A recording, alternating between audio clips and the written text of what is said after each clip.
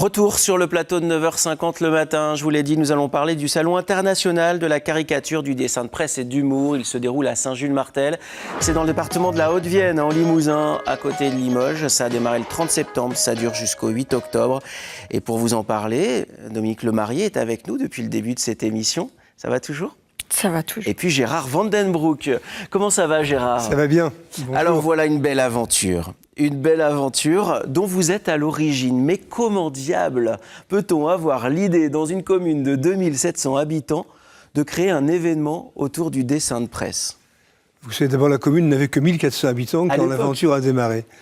En fait, elle a démarré d'une manière extrêmement curieuse, au bout du compte. Moi, j'ai été élu conseiller municipal. J'étais à l'époque le plus jeune du conseil municipal. Et les jeunes de la commune sont venus me voir en me disant « On en a marre d'être montrés du doigt. On en a marre d'être considérés comme des petits délinquants, des petits voyous. On voudrait faire quelque chose qui nous rende sympathiques aux yeux de la population. » Ça a démarré comme ça. Pendant 3 ans, on a organisé une manifestation autour de l'histoire du Limousin.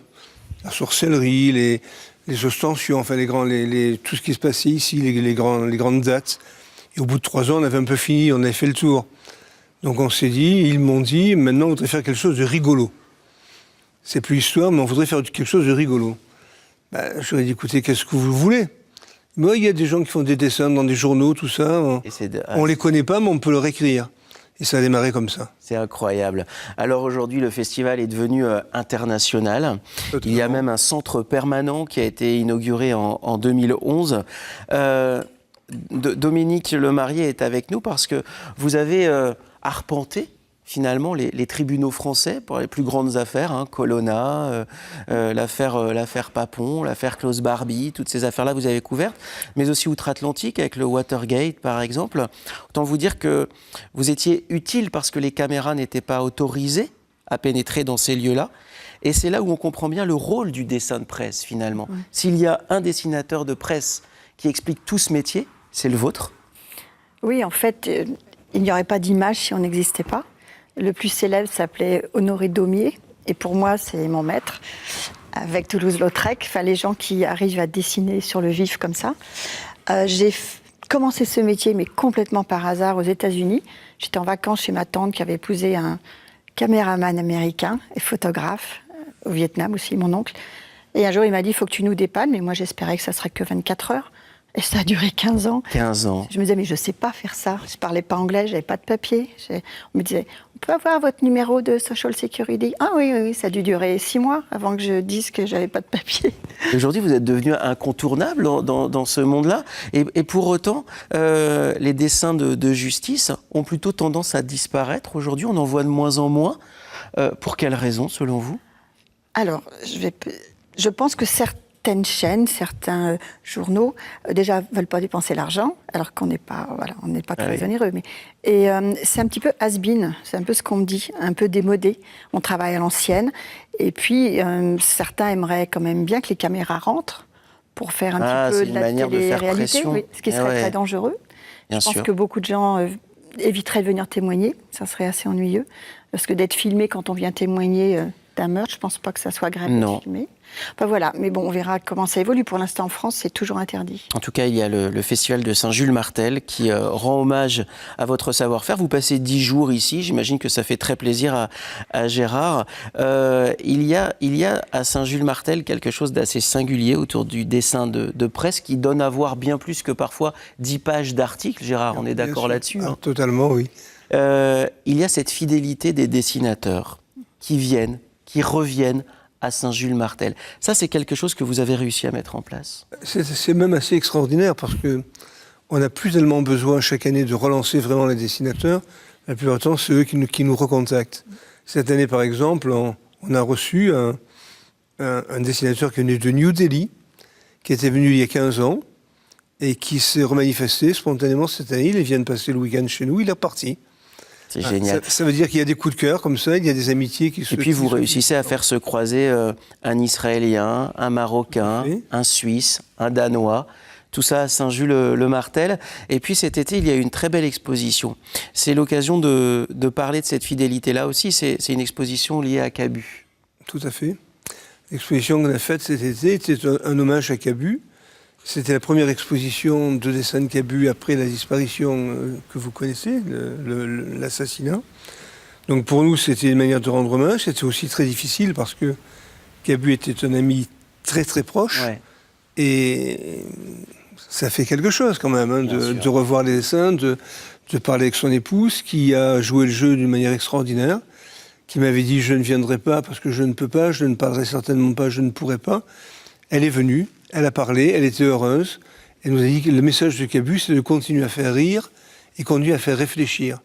Réfléchir, tant que les dessins permettront et de faire sourire et de faire réfléchir, il faut les exposer. Il faut les exposer. Alors, il y a eu d'autres beaux cadeaux aussi, hein, comme le bureau de Georges Wolinski, qui dorénavant est installé à demeure à Saint-Jules-le-Martel, l'occasion de saluer Maryse, évidemment, pendant que Dominique continue à dessiner. Au fond, il y a aussi des moments privilégiés à Saint-Jules-Martel. C'est bien sûr...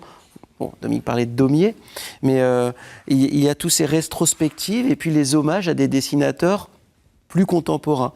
Il y a ce trait d'union, ce grand écart entre Daumier et les dessinateurs d'aujourd'hui. Fort heureusement, la génération se renouvelle. Oui, tout à fait. Il y a une rétrospective de Moisan. Moisan, il est mort il y a 30 ans. C'était le grand dessinateur du Canard enchaîné. Aujourd'hui, ces dessins sont désuets. Ce sont des dessins qui font partie de l'histoire du dessin, mais aujourd'hui ne passeraient plus. Trop chargés, trop... Enfin bref, ils ne seraient plus dans l'air du temps. Mais en même temps, il y a des dessinateurs qui sont des dessinateurs contemporains. Très jeunes, ceux qui dessinent dans Ciné Mensuel, par exemple, certains sont venus. Ils ont 25-30 ans, ils ont du travail à faire encore, ils ont de l'apprentissage à faire encore. Mais Saint-Just peut évidemment participer à ça. Saint-Just peut contribuer à cela et c'est important. Puis il y a des dessinateurs confirmés, évidemment, comme Dominique, comme beaucoup d'autres, qui sont là, toujours présents, et ça, c'est un bonheur. Alors justement, Dominique Lemarié, vous avez publié ce livre à compte d'auteur, dessinatrice de presse judiciaire, 40 ans de procès au bout du crayon. En fait, tous ceux qui ont regardé la télévision un jour pour suivre des procès ont forcément vu 30 secondes, c'est tout. Vos dessins. 30 secondes, c'est très court, c'est très éphémère. Mais évidemment, on se pose toujours la question de la technique. Comment travaillez-vous alors que les choses vont vite dans un tribunal ? Alors, je dirais que la chose principale, c'est la mémoire visuelle. Et ça se travaille, en fait. Oui. En fait, c'est quelque chose qu'on a là, mais des fois, on ne le développe pas. Et moi, je m'entraîne, par exemple, quand je vais à Paris en TGV, je regarde les gens dans le train, je regarde dehors et je les redessine dans la tête sans stylo. Et d'un seul coup, je me dis, ah non, est-ce qu'il avait des lunettes ? Je revérifie. Et voilà, donc je m'échauffe comme une danseuse, comme un sportif, avant d'arriver. Votre mémoire visuelle. Oui, et je sais si je vais être bien ou pas, un peu comme un musicien, on a des jours mauvais ou pas. Et si je vois que là, ça va, je me dis, bon, ça devrait être une bonne journée. Mais on a des mauvais jours. J'ai mis des moches d'ailleurs dedans. Ça s'appelle 40 ans de procès au bout du crayon. C'est signé Dominique Lemarié. Allez rencontrer Dominique à Saint-Jules-Martel. Vous avez jusqu'au 8 octobre, évidemment, pour le faire. Je vais tout de suite m'adresser à la régie. On va tout de suite prendre le gagnant et on va terminer ensemble. On va bousculer un petit peu l'émission. C'est Patrick, notre gagnant du jour. Bonjour Patrick. Bonjour. Vous avez gagné le livre de Dominique Lemarié avec une très très belle dédicace que je vous permets de découvrir en avant-première. Vous nous expliquez cette dédicace, Dominique ? Par moment, les juges, ils n'écoutent pas franchement les plaidoiries, vu que les plaidoiries, ça ne fait pas partie d'un dossier. Et j'ai une amie d'enfance qui un jour m'a dit, et j'en profite pour mettre ma liste de courses. Du coup, je me suis dit, mais si ça se trouve, il y a des magistrats, ils dessinent aussi. Et c'est vrai qu'après, des fois, les gens qui me disent, je suis en retraite, mais je fais de l'aquarelle.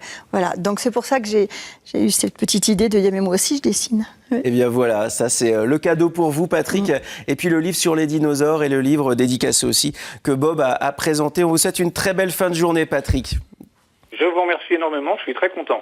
Et puis si vous passez évidemment par Saint-Jules-Martel, allez au festival de la caricature, du dessin de presse et d'humour. On va se quitter en regardant les dessins de Dominique, évidemment. Elle était avec nous pendant 7 heures. C'est un festival incontournable, remarquable et utile. Il se déroule à Saint-Jules-Martel. Et j'ai été très honoré d'avoir son fondateur sur ce plateau-là, avec qui je partage beaucoup de valeurs humanistes. Je voulais vous le dire droit dans les yeux et en direct. C'est pas souvent qu'on a l'occasion de se le dire. Non mais c'est bien, merci en tout cas. Donc bravo pour ce que vous faites. Et puis, regardez les dessins de presse avec un regard peut-être généreux, un regard vigilant. C'est important ce que racontent les dessins de presse et d'humour partout lorsque vous ouvrez un journal. On se retrouve demain, on fera le tour du monde grâce à une famille. Très belle fin de journée sur France 3. À demain et la matinée continue bien sûr sur France 3.